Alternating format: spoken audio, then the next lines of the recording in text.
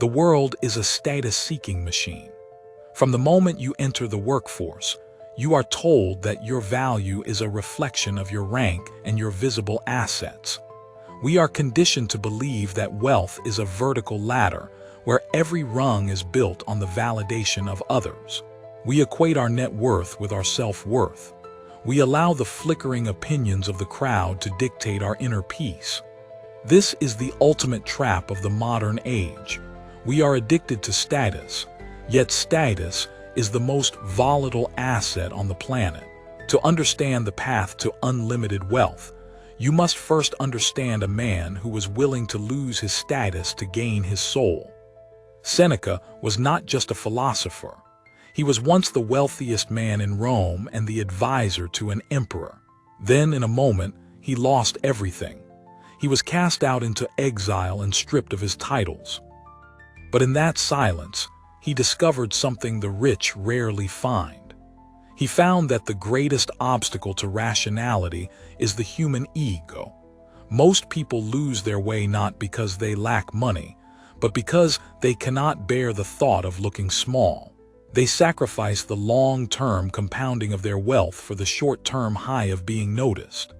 Seneca's secret was a profound emotional detachment from the expectations of the crowd. He mastered the art of being whole while the world called him broken. He understood that wealth is not what you display, but what you are when the lights go out. To win, you must be willing to let the world think you have failed. Only then can you become a truly rational actor. The financial market and the political arena are built on the same foundation of sand. They promise safety through accumulation, telling you that once you reach the top, you will be untouchable. This is a lie. The higher you climb, the more you become a target for volatility. Most people spend their lives chasing a seat at the table of power. They build their identity around a job title or a bank balance. When the crash comes, the trauma is existential. Because they have tied their soul to their portfolio management, the loss of status feels like the end of the world. They lose their capacity for rationality because they have no foundation beneath the surface. Seneca lived this reality. He moved from the marble halls of power to the rocky shores of exile. He went from being the most influential man in the world to being a ghost. This is the ultimate conflict, the man versus his own perceived importance. Most people never recover from a fall from grace because they lack internal control. They do not realize that the title was merely a loan from fortune. Seneca's journey proves that the only way to survive the liquidation of your public life is to have a private life that is already complete. You must have a margin of safety in your character that no market crash can reach. If you live for the cheers of the crowd, you will die by their mockery. Reputation is a currency you do not control. True financial freedom begins when you stop trying to protect a ghost and focus, instead, on the solid reality of your own virtue. This composure is a forged discipline. It is the application of the principles laid down by Epictetus and Marcus Aurelius. They taught that we do not suffer from events, but from our judgment of them. When Seneca was sent into exile, he separated the event from his judgment. He turned to the dichotomy of control. He focused entirely on the variables within his reach: his studies, his writing, and his calm communication with himself. He ignored the variables he could not control. Consider the story of the garden and the storm. Your life and your wealth are a garden you have spent years planting. In the center, you have built a magnificent statue of gold representing your status.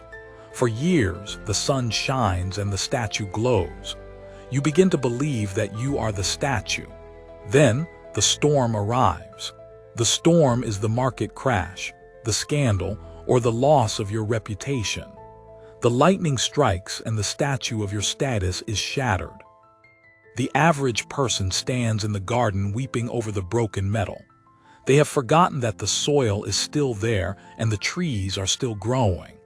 They lack the Stoic virtue of endurance. The Stoic understands that the statue was never the garden.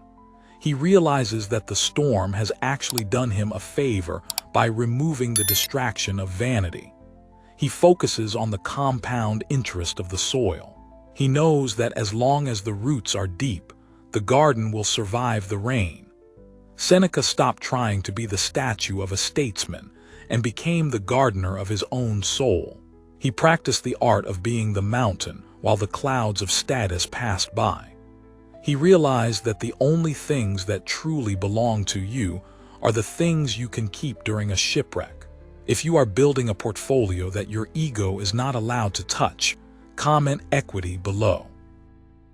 To master your capital allocation, you must move from philosophy to a concrete framework.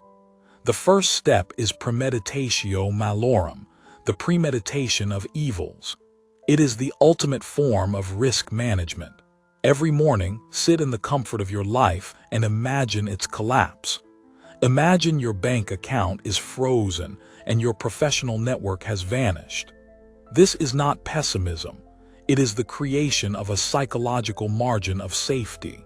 By losing your status in your mind, you rob reality of its power to cause panic. When you realize that you can survive the loss of your external markers, you become dangerous to the world. You can make bold value investing decisions because you are not afraid of the fall. The second step is to build an internal scorecard. Most people judge themselves by an outer scorecard, asking how they look to others. The Stoic asks if he followed his own principles. You must move your reputation into the category of external events. Your only competence is your reaction to the world and your integrity. If you focus entirely on the quality of your process, your status will fluctuate like a stock price, but your intrinsic value will remain on a steady upward trajectory.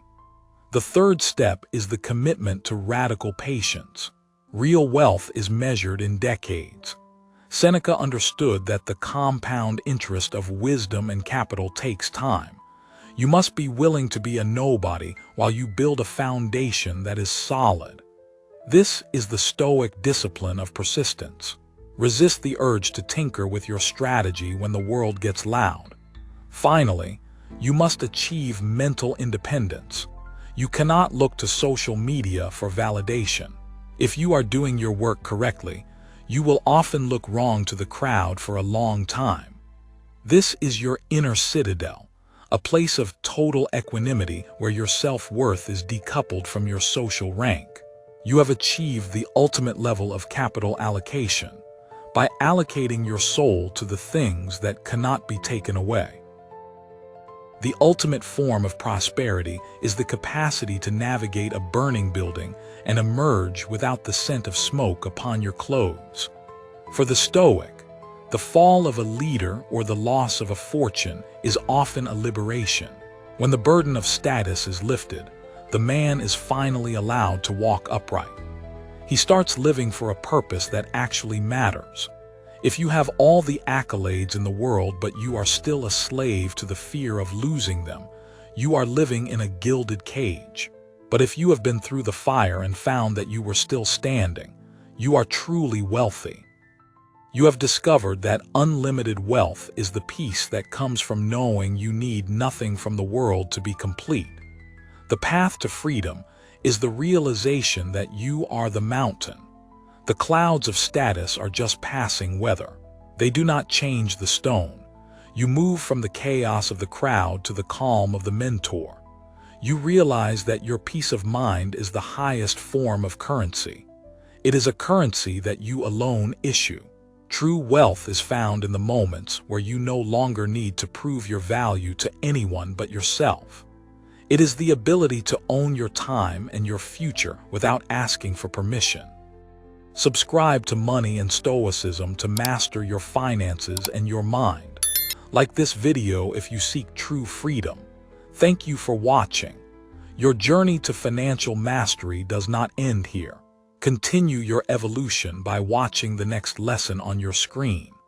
If the world stopped applauding you tonight, would you still have a reason to get out of bed tomorrow morning?